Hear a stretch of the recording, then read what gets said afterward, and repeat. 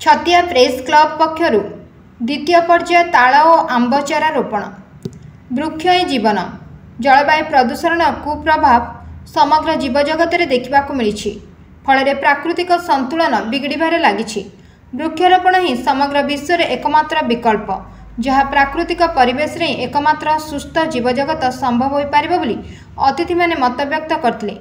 Badachana block छतिया press club पक्षरु द्वितीय पर्याय वृक्षरोपण करा जायछि।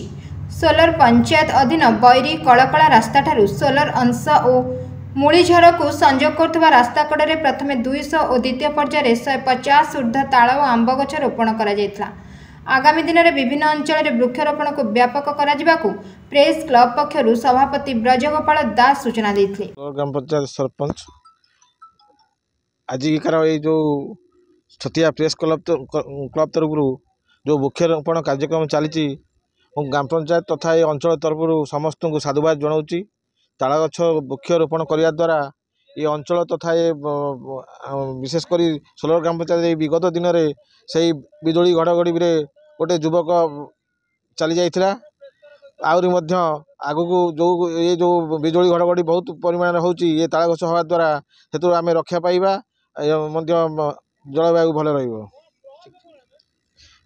विशेषकर पुणी आउ थे प्रेस क्लब को साधुवाद जन तांकर यहीपरी छतिया प्रेस क्लब वृक्षरोपण तथा सामाजिक कार्यक्रम से प्रयास रखु तांकर अनुष्ठान आगू आगू बढ़ी चालू। जय जगन्नाथ समस्त को नमस्कार।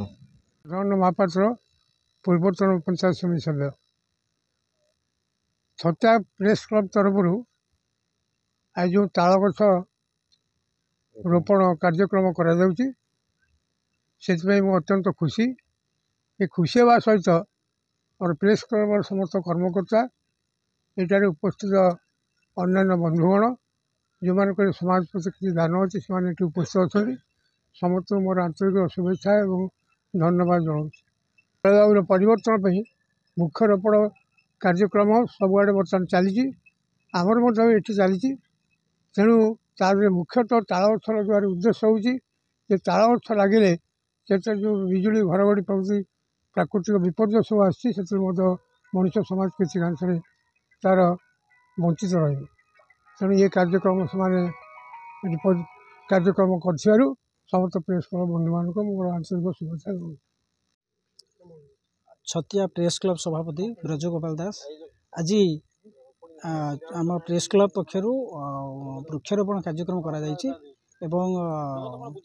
कार्यक्रम रे स्थानीय अंचलर समाजसेवी एवं बुद्धिजीवी वरिष्ठ मुरब्बी माने जोग देइथिले एवं आम मान को उत्साहित कले एवं ये कार्यक्रम सफल करिथिबारु समस्त अतिथि मानक धन्यवाद ज्ञापन करूँ।